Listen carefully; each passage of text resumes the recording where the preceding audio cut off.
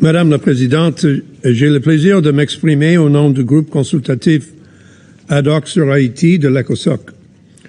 Le groupe consultatif compte 21 États membres qui se sont engagés à accompagner le développement socio-économique à long terme de Haïti, et je suis fier de voir mes collègues de Rwanda, Kenya, Saint-Vincent et les Grenadines, Barbados, la République dominicaine et Haïti qui sont avec nous aujourd'hui.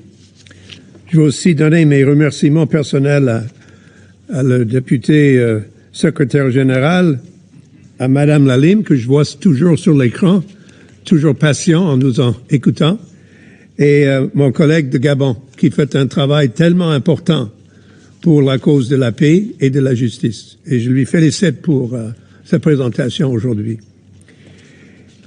Madame la Présidente, il y a 2 semaines, je me suis rendu à Port-au-Prince à titre national pour 3 jours. Et j'étais d'abord frappé par le calme qui régnait dans les rues. Malheureusement, ce n'était pas parce que la situation sécuritaire s'était améliorée. Pas du tout. C'était calme parce que les gens ne peuvent pas quitter leur maison.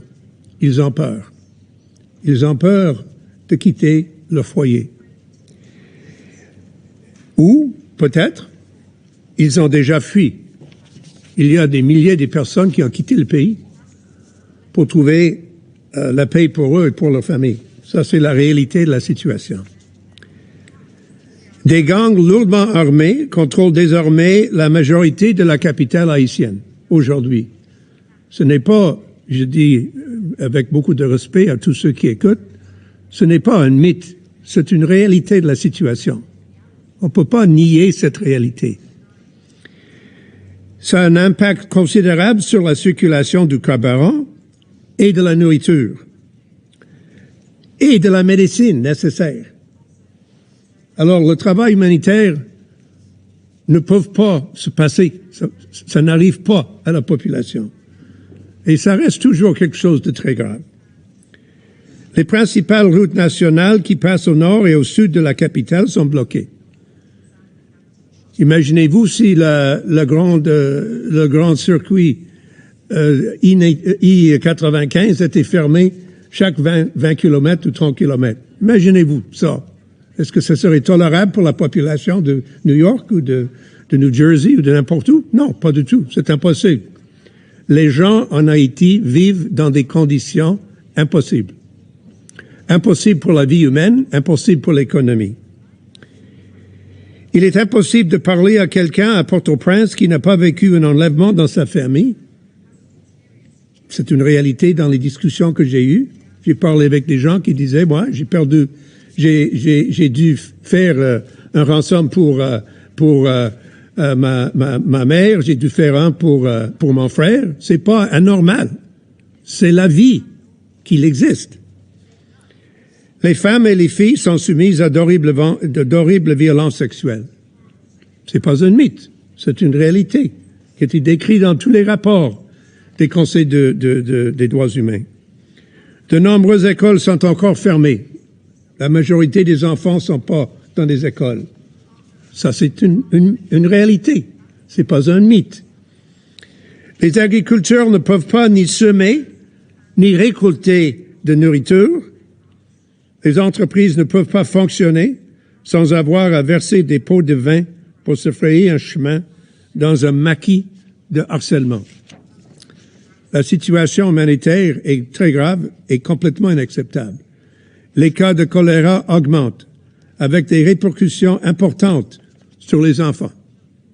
On a eu déjà beaucoup de morts. On ne sait pas exactement combien parce qu'il n'y a pas la capacité d'enregistrer ceux qui ont perdu leur vie. Les défis auxquels est confronté le pays sont complexes, comme beaucoup de gens ont dit, sont multidimensionnels, sont historiques et interdépendants, et ils menacent sérieusement la paix et la sécurité du pays, de même que ses perspectives de développement durable.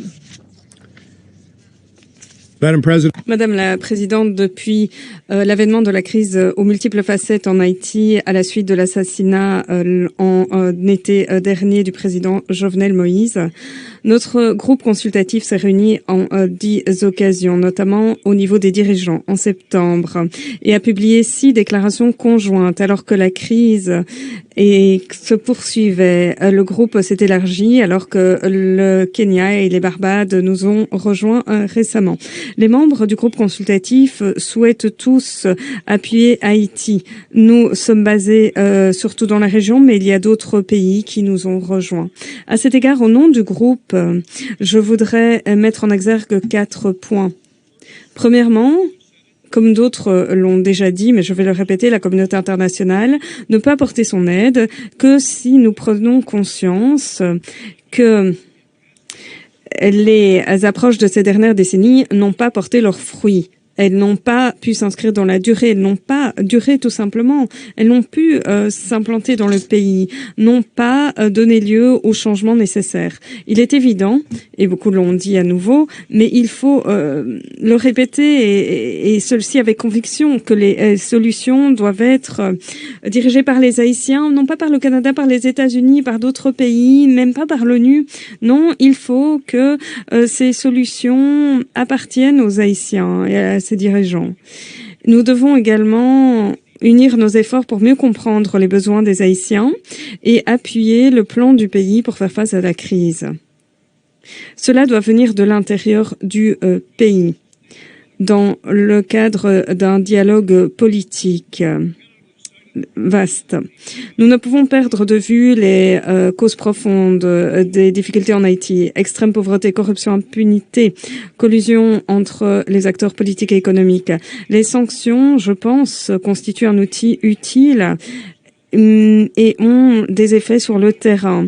Il est essentiel de continuer d'appuyer la pleine application de la résolution 2653.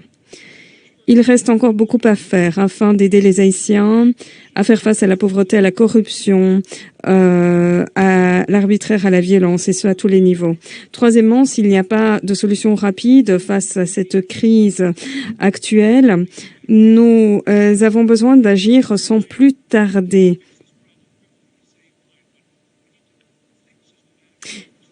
Il faut vraiment réfléchir profondément aux mesures à prendre pour subvenir aux besoins humanitaires, pour mettre en place une riposte efficace face au choléra.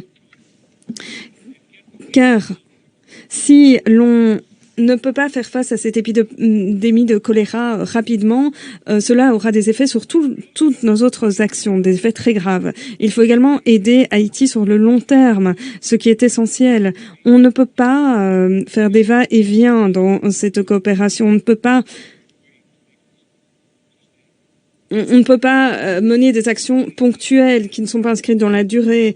Les acteurs humanitaires du développement, de la consolidation de la paix et des droits humains qui opèrent dans le pays et au-delà doivent garantir la coordination pour optimiser les effets de tous ces efforts. Nous savons que le secrétaire général d'autres pays, dont le mien, ont reçu une demande du Premier ministre par intérim Henry de déploiement d'une force multinationale. On a évoqué notamment une force de réaction rapide, c'est ce qu'a évoqué le secrétaire général. Le Canada et d'autres mènent des discussions détaillées avec la police nationale d'Haïti, mais nous n'allons rien faire sans cette police ou sans avoir bien compris leur plan et la façon dont ils souhaitent mettre en œuvre ces plans et de savoir quel est le soutien nécessaire. Différentes propositions ont été émises. Il est important de commencer au niveau pragmatique en travaillant étroitement avec les Haïtiens pour voir ce qui sera nécessaire et pas seulement avec le gouvernement actuel d'Haïti mais avec la communauté politique, tous les acteurs de la société civile et d'ailleurs qui doivent nous aider à trouver une solution. Je suis ravie qu'un certain nombre de pays ont déjà versé des contributions au Fonds pour la sécurité. Nous avons financé quasiment 50% du fonds pour l'instant et nous allons continuer d'appuyer les efforts afin de renforcer les capacités de la police nationale, notamment avec du matériel et des formations. Je voudrais souligner que le groupe consultatif n'a pas de mandat particulier en matière de paix et de sécurité. Nous sommes un groupe consultatif auprès de l'ECOSOC. Mais pour la paix et la sécurité et la croissance économique sont concomitants. Je sais que certains n'aiment pas parler de ces liens, mais ces liens sont bien réels. L'on ne peut avoir des investissements sans la sécurité, on ne peut avoir de développement économique sans la sécurité ou sans un sentiment d'espoir. Quant aux perspectives économiques, ce sont là tous des éléments qui vont de pair. Nous allons continuer de travailler durement à cet égard et de dire que la sécurité est une condition préalable au développement et à la solidarité politique. Quatrièmement, nous encourageons Haïti à faire entendre les opinions des femmes et des jeunes et à les reprendre dans les plans. Il faut davantage de femmes et de jeunes aux échelons de direction dans le pays. Ce sont ceux qui pâtissent principalement de la situation et c'est leur avenir qui est en jeu. Le dialogue national inclusif dont a parlé mon ami le ministre des Affaires étrangères d'Haïti constitue un élément crucial. Et tout le monde doit mettre un peu d'eau dans son vin pour y parvenir, mais il faut y parvenir. Enfin, la semaine dernière, le groupe consultatif a entendu des jeunes femmes haïtiennes qui ont, en dépit de la situation très difficile, ont nourri de l'espoir quant à un avenir prometteur de leur pays. Les Haïtiens ont continué de démontrer leur résilience remarquable face à l'épreuve, mais ils ont besoin d'une aide prévisible et durable de la communauté internationale sur tous les fronts pour briser ce cycle des crises.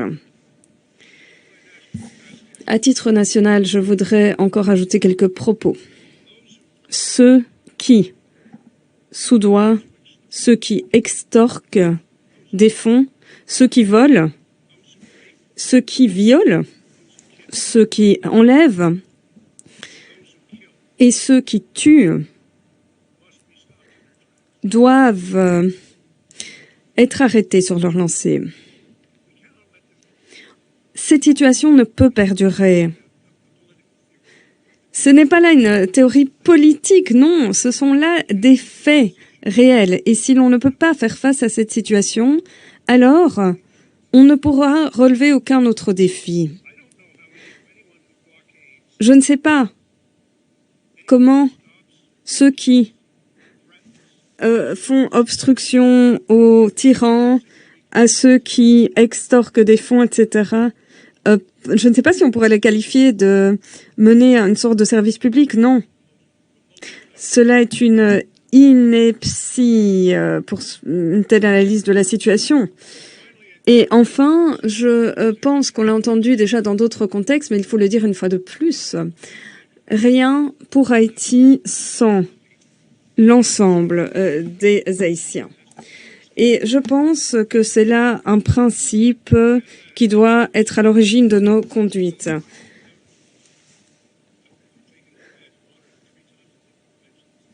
Alors, je pense que le Canada a été mentionné à 3 reprises dans des discours aujourd'hui et je m'en targue. Nous continuons de nous efforcer par tous les moyens de mettre un terme à l'impunité. Je vais vous expliquer pourquoi. Parce que nous avons tous commis des erreurs en n'accordant pas assez d'attention aux effets dévastateurs de la corruption. Et nous ne souhaitons pas répéter cette erreur. Je pense que c'est mon ami du Mexique qui avait parlé de la corruption comme étant un facteur crucial. Alors, les sanctions permettent de lutter contre certaines choses, mais pas contre tout. C'est Haïti également qui doit prendre des mesures face à cette corruption qui gangrène la société. Et nous devons également tous prendre conscience du fait que le développement économique et le développement politique et la justice sociale nécessitent l'ensemble de la population d'Haïti. Cela doit être dirigé par Haïti et appuyé par nous tous. Merci Madame la Présidente. Je remercie le représentant du Canada. Il n'y a